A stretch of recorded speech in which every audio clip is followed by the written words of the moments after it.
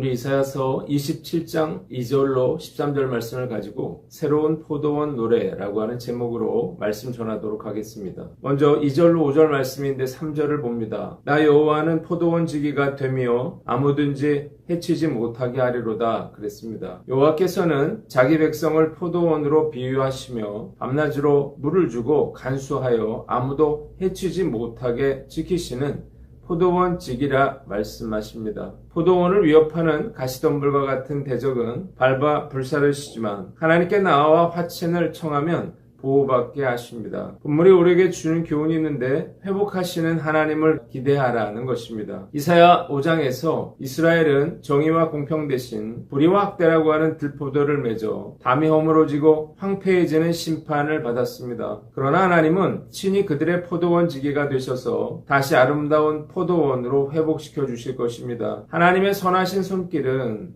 우리가 넘어져 짓밟힌 자리에서도 결코 손을 놓지 않으시며 반드시 다시 찾아오셔서 상한 것을 고치시고 원래보다 더 아름답게 회복시켜 주십니다. 본문을 통해 깨닫게 되는 교훈이 있어요. 회복은 내 열심의 결과가 아니라 하나님의 찾아오심으로 시작된다는 것입니다. 범죄하거나 낙심하여 영적으로 황폐해졌을 때에 스스로의 힘으로 회복될 수 있는 사람은 아무도 없습니다. 회복은 늘 하나님으로부터 시작됩니다. 하나님은 결코 우리를 포기하지 않으시고 친히 찾아오셔서 밤낮 물을 주고 간수하셔서 다시 아름다운 포도원으로 만들어 주십니다. 거대한 산불이 지나간 숲은 잿더미만 남아 모든 생명이 끝난 것처럼 보입니다. 그러나 얼마 지나지 않아 그 잿더미를 뚫고 새싹이 돋아나기 시작하고 시간이 흐르면 다시 이전처럼 울창한 숲을 이룹니다. 우리도 마찬가지예요. 불순종으로 인한 하나님의 징계로 모든 것을 다 잃어버린 것 같아도 하나님은 그 잿더미 속에서 새싹을 준비하시고 회복의 은혜를 베풀어 주십니다.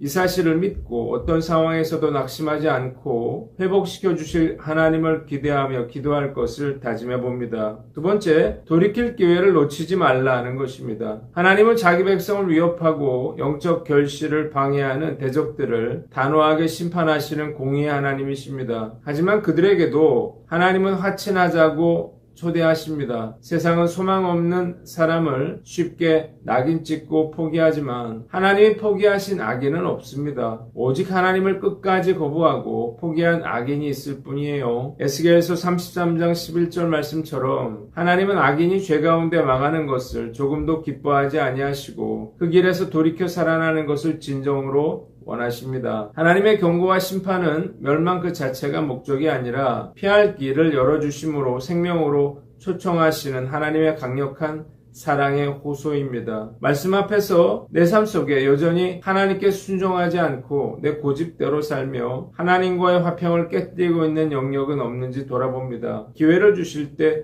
즉시 회개하고 돌이켜야 합니다. 또한 가정이나 교회, 일터에서 저 사람은 절대로 안 돼 라고 내 마음의 문을 닫아버린 사람이 있다면 마음을 바꿔야 할 것입니다. 하나님도 포기하지 않으신 사람을 내가 먼저 포기해서는 안 될 거예요. 나를 괴롭히는 가시 같은 사람이라 할지라도 그를 불쌍히 여기며 먼저 용서와 화해의 손을 내밀고 사랑을 실천할 수 있기를 다짐해 봅니다. 두 번째 6절로 9절 말씀인데 8절을 봅니다. 주께서 백성을 적당하게 견책하사 그들을 옮기셨느니라 라고 했습니다. 후일의 하나님은 야곱이 뿌리를 내리고 온 땅에 결실을 채우게 하실 것입니다. 하나님이 이스라엘을 치신 것은 그들을 완전히 멸망시키기 위함이 아니라 적절한 견책이었으며 이 시련을 통해서 그들은 이교 제단과 우상인 아세라와 태양상을 완전히 파괴하고 죄사함을 얻게 될 것입니다. 본문이 우리에게 주는 교훈이 있는데 하나님께서 징계하시는 이유를 알라는 것입니다. 하나님이 자기 백성 이스라엘을 징계하실 때에 두 가지 특징이 있어요. 첫째로 이스라엘을 친 자들을 심판하실 때와 달리 자기 백성을 치실 때는 적당하게 견책하심으로 감당할 만한 시련을 허락하신다는 것과 둘째로 하나님의 징계의 목적은 우상을 허물고 정결해지는 것이라는 사실입니다. 하나님의 징계를 통해서 백성들은 비로소 그들이 의지하던 이교제단과 아세라, 태양상과 같은 우상들을 완전히 파괴했습니다. 광산에서 채굴한 금우 원석에는 불순물과 돌가루가 가득합니다. 재련사는 이 원석을 뜨거운 용광로 속에 집어넣습니다. 불길 속에서 원석이 녹아내리면 찌꺼기와 불순물들은 제거되고 순도 99.9%의 순금만 남게 됩니다. 고난의 용광로는 우리를 불살라 없애는 곳이 아니라 내 삶에 붙어있던 세상의 불순물과 헛된 우상을 제하고 오직 정금 같은 믿음만 남기는 정결의 장소입니다. 하나님이 허락하시는 징계와 고난은 나를 망하게 하시려는 것이 아니며 내 힘으로 내려놓지 못했던 내 삶의 우상과 죄의 찌꺼기를 제거하시려는 것입니다. 징계의 목적은 정결함과 삶의 근본적인 변화입니다. 우리는 징계 속에 담긴 주님의 선한 의도를 분별하고 정결한 삶을 향한 근본적인 변화를 기꺼이 수용해야 할 것입니다. 징계받을 때 원망의 눈길을 거두고 주님, 이 고난을 통해서 제가 버려야 할 죄와 우상은 무엇입니까? 라고 물어야 합니다. 징계받을 때에 회개하지 않아도 되는 이유를 찾으려 해서는 안 되는 거예요. 변명하지 않고 납작 엎드려야 합니다. 강팍한 마음을 가지면 더 큰 재앙이 임하게 되는 것입니다. 말씀 앞에서 하나님보다 더 사랑하고 의지했던 우상은 없었는지를 돌아봅니다. 하나님의 징계가 임하기 전에 재물이든 명예든 자식이든 나 자신이든 간에 내 삶의 헛된 우상들을 깨뜨려야 합니다. 또한 하나님께서 원치 않으시는 죄의 습관을 단호하게 끊어내고 내 마음의 중심을 오직 주님께로 돌이킴으로 하나님의 택하신 자녀답게 살아갈 것을 다짐해 봅니다. 세 번째, 10절로 11절인데 11절 말씀을 봅니다. 백성이 지각이 없으므로 그들을 지으신 이가 불쌍히 여기지 아니하시며 은혜를 베풀지 아니하시리라 하고 했습니다.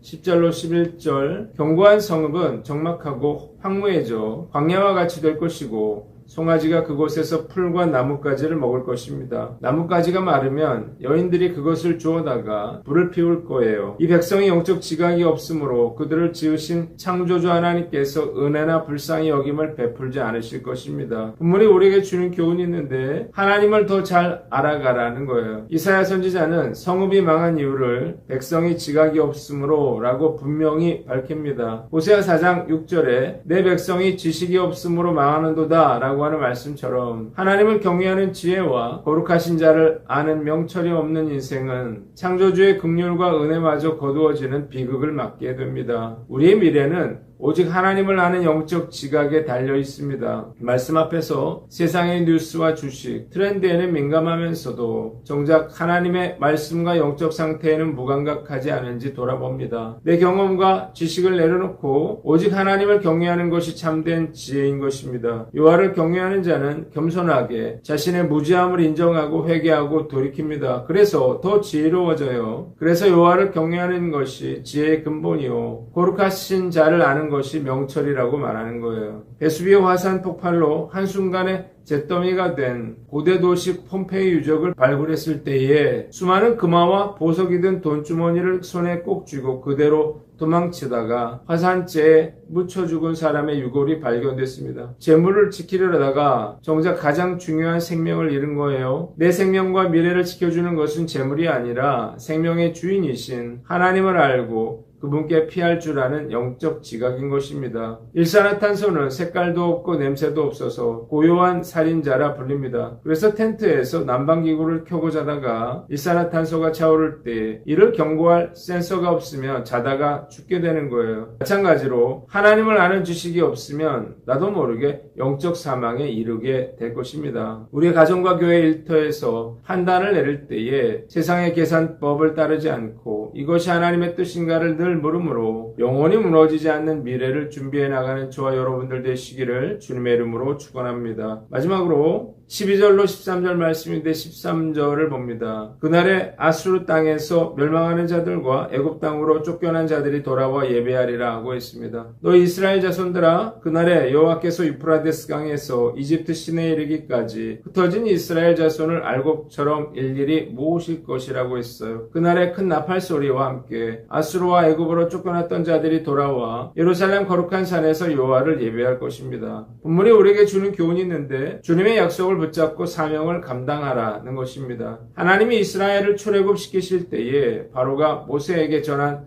하나님의 말씀은 내 백성을 보내라 그들이 나를 섬길 것이니라 였습니다. 징계와 시련으로 멀어졌던 백성이 다시 하나님 앞으로 돌아와 예루살렘 거룩한 산에서 여호와를 예배하는 것이 바로 구원의 완성인 것입니다. 구원은 단순히 위험을 피하는 것에 그치지 않고 창조주 하나님을 온전히 예배하는 것입니다. 철가루가 흙 속에 흩어져 있으면 사람의 눈으로는 그것들을 일일이 가려내기가 힘듭니다. 그러나 그 위에 강력한 자석을 가져다 대면 흙 속에 묻혀있던 철가루들이 순식간에 자석에 달라붙게 됩니다. 마찬가지로 하나님의 은혜의 큰 나팔을 부실 때에 택함받은 모든 백성들은 영적인 끌림을 따라 하나님 보좌 앞으로 단번에 모이게 될 거예요. 어지러운 세상 속에서 내 삶을 흔드는 유혹과 시련 때문에 불안해하거나 낙심할 때가 많고 쉽게 지치기도 합니다. 밤이 가장 어두운 시간은 바로 해가 뜨기 직전이죠. 세상이 약해지고 영적으로 어두워질수록 구원의 나팔 소리가 가까이 오고 있다는 사실을 알아야 할 것입니다. 택하신 모든 사람을 한자리에 모으실 주님의 신실한 약속을 붙잡고 어떤 상황에서도 흔들리지 않고 곧 들려올 구원의 나팔 소리를 기대하며 오늘 우리에게 맡겨주신 사명을 감당해 나가는 저와 여러분들 되시기를 주님의 이름으로 축원합니다. 기도하겠습니다. 하나님 아버지, 회복하시는 하나님을 기대하고 돌이킬 기회를 놓치지 않으며 하나님께서 징계하시는 이유를 알고 하나님을 더 잘 알아가며 사명을 감당케 하여 주시옵소서.